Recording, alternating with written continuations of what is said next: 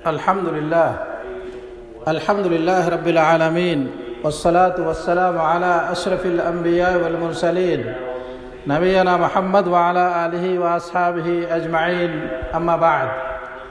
معزز دینی و ملی بھائیوں، تمام تعریفیں اللہ کے لیے ہیں، ہم اس کی حمد و ثنا بیان کرتے ہیں۔ صلاۃ و سلام عرض ہمارے محبوب نبی محمد صلی اللہ علیہ وسلم پر، ان کے آل و اصحاب پر، اما بعد۔ مسلمانوں، اللہ تعالیٰ سے کما حقہ ڈرو اور آخرت کے لیے زیادہ سے زیادہ نیک توشہ جمع کرو۔ میرے بھائیوں، اسلام دین کے جن 5 ضروریات کی حفاظت کے لیے آیا ہے، ان میں سے ایک نفس کی حفاظت ہے۔ نفس کی حفاظت واجبات میں سے ایک اہم واجب اور عظیم ضرورت ہے، جیسا کہ اللہ تعالیٰ نے فرمایا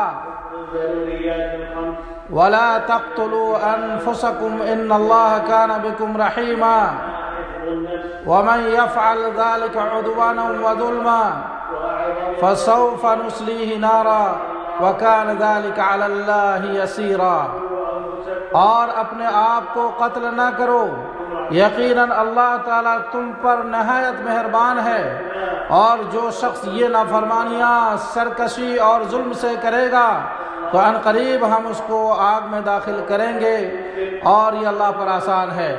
بخاری و مسلم شریف کی حدیث ہے، اللہ کے رسول صلی اللہ علیہ وسلم نے فرمایا، جس شخص نے پہاڑ سے گر کر اپنے آپ کو ہلاک کیا، وہ جہنم کی آگ میں ڈالا جائے گا، جس میں وہ ہمیشہ رہے گا، اور جس نے زہر پی کر اپنے آپ کو ہلاک کیا، زہر اس کے ہاتھ میں ہوگا اور وہ اسے جہنم کی آگ میں ہمیشہ پیتے رہے گا، اور جس نے لوہے سے اپنے آپ کو ہلاک کیا، لوہا اس کے ہاتھ میں ہوگا اور وہ اسے جہنم کی آگ میں ہمیشہ اپنے پیٹ میں مارتے رہے گا۔ پس ہر مسلمان پر اپنی جان کی حفاظت کرنا واجب ہے، اسی طرح دوسرے مسلمان بھائی کی جان کی حفاظت کرنا اور ہر معصوم جان کی حفاظت کرنا واجب ہے۔ اس لیے کوئی کسی پر ظلم نہ کرے اور دوسروں کے نفس کو ہلاکت سے بچانے کی کوشش کرے، اور نفسوں کی ہلاکت کے اسباب میں سے کنویں کی باؤنڈری نہ کرنا اور اسے کھلا چھوڑ دینا ہے۔ پس جس کسی نے ایسا کیا، وہ جانوں کی ہلاکت کا سبب بنا اور اپنے آپ کو دنیا و آخرت کی وعید و سزا کا مستحق قرار دیا۔ ایک مسلمان کا دوسرے مسلمان پر حقوق میں سے یہ ہے کہ وہ اپنے کنویں کو باؤنڈری سے گھیرے اور کھلے کنویں کی اطلاع ذمہ دار لوگوں کو دے۔ یہ نیکی و تقوی میں تعاون اور اجر ثواب کا کام ہے۔ اللہ تعالیٰ سے دعا گو ہوں کہ وہ ہمیں اپنے اور دوسرے مسلمان بھائیوں کی جان کی حفاظت کرنے کی توفیق عطا فرمائے، اور اللہ رب العالمین ہم سب کو خودکشی سے بچائے۔ ہم سب کو اللہ رب العالمین اپنے آپ اپنی جان کو ہلاکت کرنے سے اللہ ہم سب کو مامون و محفوظ رکھے، اور الہ العالمین ہم سب کو شریعت کے مطابق زندگی گزارنے کی توفیق عطا فرمائے۔ اقول قولی ھذا واستغفر اللہ لی ولکم ولسائر المسلمین من کل ذنب فاستغفروہ انہ ھو الغفور الرحیم۔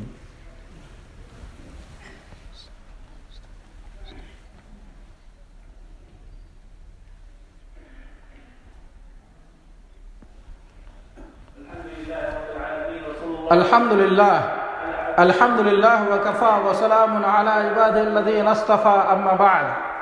معزز دینی بھائیوں، شرعی اسباب اختیار کر کے جن چیزوں سے جانوں کی حفاظت کی جاتی ہے اور بچوں کو تربیت دی جاتی ہے، نیز سب سے عظیم چیز جس کے ذریعے اللہ تعالی جانوں کی حفاظت فرماتا ہے، وہ باجماعت مسجد میں نماز کا ادا کرنا ہے، اور ان میں سب سے عظیم و افضل نماز نماز فجر ہے، جیسا کہ حدیث شریف میں ہے۔ اللہ کے رسول صلی اللہ علیہ وسلم نے فرمایا من صلی الصبح فهو فی ذمۃ اللہ، جس نے صبح کی نماز پڑھی وہ اللہ کی حفاظت میں ہے، پس تم میں سے کوئی اللہ کی حفاظت میں سے کچھ طلب نہ کرے ورنہ وہ اسے پکاڑ کر جہنم کی آگ میں جھونک دے گا۔ اسی طرح ان چیزوں میں سے جس کے ذریعے اللہ تعالیٰ جانوں کی حفاظت فرماتا ہے، نبی کریم صلی اللہ علیہ وسلم سے ثابت شدہ شرعی اذکار ہیں، اور صبح کے اذکار میں لا الہ الا اللہ وحدہ لا شریک لہ لہ الملک ولہ الحمد وہو علی کل شیء قدیر، اس کا 100 مرتبہ پڑھنا ہے۔ اللہ کے رسول صلی اللہ علیہ وسلم نے فرمایا جو کوئی یہ دعا دن میں 100 مرتبہ پڑھے گا اسے 10 غلام آزاد کرنے کا اجر ملے گا، اس کے نامہ اعمال میں 10 نیکیاں لکھی جائیں گی اور اس کی 10 گناہیں مٹا دی جائیں گی، اور وہ اس دن شام تک شیطان کے شر سے محفوظ رہے گا، اور اس سے زیادہ بہتر عمل کرنے والا کوئی نہیں ہوگا سوائے اس کے جس نے اس سے زیادہ عمل کیا ہوگا۔ رواہ البخاری و مسلم۔ اور جن چیزوں سے اللہ تعالیٰ جان کی حفاظت فرماتا ہے وہ شام کے وقت سورہ بقرہ کی آخری 2 آیتیں پڑھنا ہے۔ آمن الرسول سے اللہ کے رسول صلی اللہ علیہ وسلم نے فرمایا جو کوئی رات میں سورہ بقرہ کی آخری 2 آیتیں پڑھے گا وہ اس کی حفاظت کے لیے کافی ہوگا۔ بخاری و مسلم۔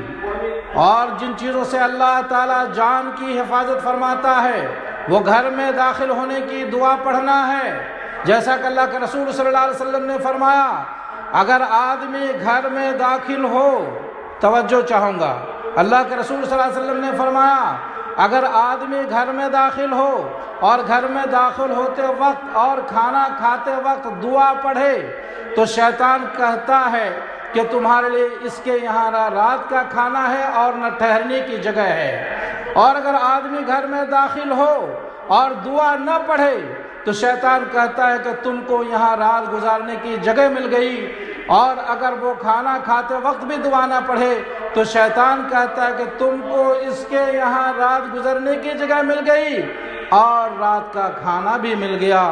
یہ مسلم شریف کی حدیث ہے۔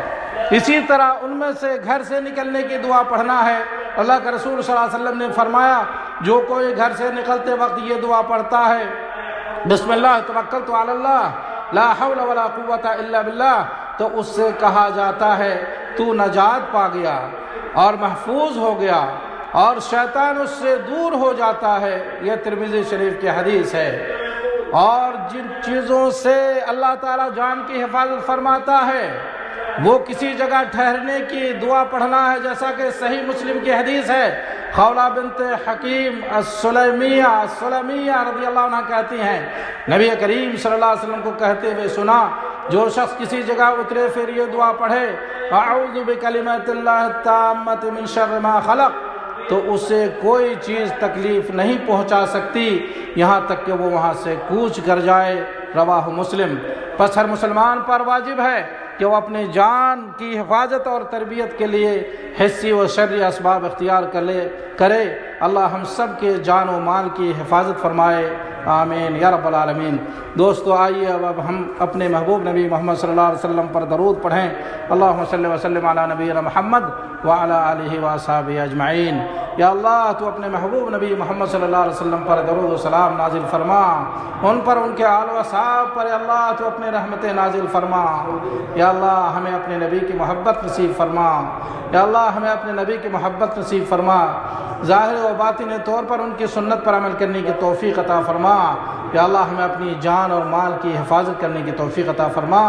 یا اللہ ہمیں اپنی جان کی حفاظت کرنے کی توفیق عطا فرما، دوسرے مسلمان بھائیوں کی جان کی حفاظت کرنے کی توفیق عطا فرما، اور یا اللہ ہم سب کو تو خودکشی سے مامون و محفوظ فرما۔ یا اللہ ہمیں ہدایت و تقوی اور پاک دامنی عطا فرما۔ یا اللہ ہے دلوں کے پھرنے والے تو ہمارے دلوں کو اپنی اطاعت و بندگی نصیب فرما۔ یا اللہ تو ہمیں دین میں ثابت قدمی نصیب فرما، ہمارے ایمان و عقیدوں کو مضبوط فرما۔